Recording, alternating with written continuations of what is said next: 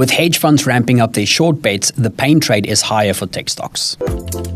Over to markets, it looks like dip buying was back in focus both Friday and yesterday, especially in technology stocks where the Nasdaq led the charts higher. The Nasdaq climbed close to 1%, with investors leaning back into that dip buying mentality after last week's volatility. Looking to the Dow and the S&P, both of them looking to finish higher, with the S&P now within striking distance of those prior all-time highs. Now, Bloomberg also reported, interestingly, that hedge funds piled into record notional short selling in US tech stocks last week, which means the pain trade for them is more upside in tech from here. Now, the big story yesterday, of course, was Japan, where the Nikkei jumped close to 4% after PM Takaishi won the lower house election with a massive landslide victory. Now, the markets are seeing that as a green light for more fiscal spending, which should be positive for the Nikkei. However, over to FX, the story wasn't as clear, because even though most expected the landslide victory to be yen negative, the yen looks to finish the session slightly higher. Now, arguably, some of the drop in the dollar yen was due to more of a dollar story, with the dollar slumping yesterday, potentially on news that China advised financial institutions to reduce their exposure to US treasuries. The pound also looking to finish the session lower, with more political turmoil in the UK, and on top of last week's dovish Bank of England decision, the outlook for the pound is not a very optimistic one right now. Then over to commodities, silver stole the spotlight, trading up almost 6% yesterday. More a soft dollar story, I would say. And we also had oil firming, with geopolitical risk premium rising as the US advised vessels going through the Strait of Hormuz to steer as far as possible away from Iranian waters. Over to crypto, Bitcoin's chopping around that 70K mark following a very frantic sell-off on Friday and a very steep recovery following that. The chart still looks fragile, but with some ETF flows last week showing that some dip buyers are stepping back in, probably means that some buyers saw that 50% drop from all-time highs as a reason to start dipping their toes back into some longs. Now, for the session ahead, there will be ongoing focus on the current UK political mess, as well as ongoing Middle East tensions, as well as some US retail sales data due later. Have a fantastic one.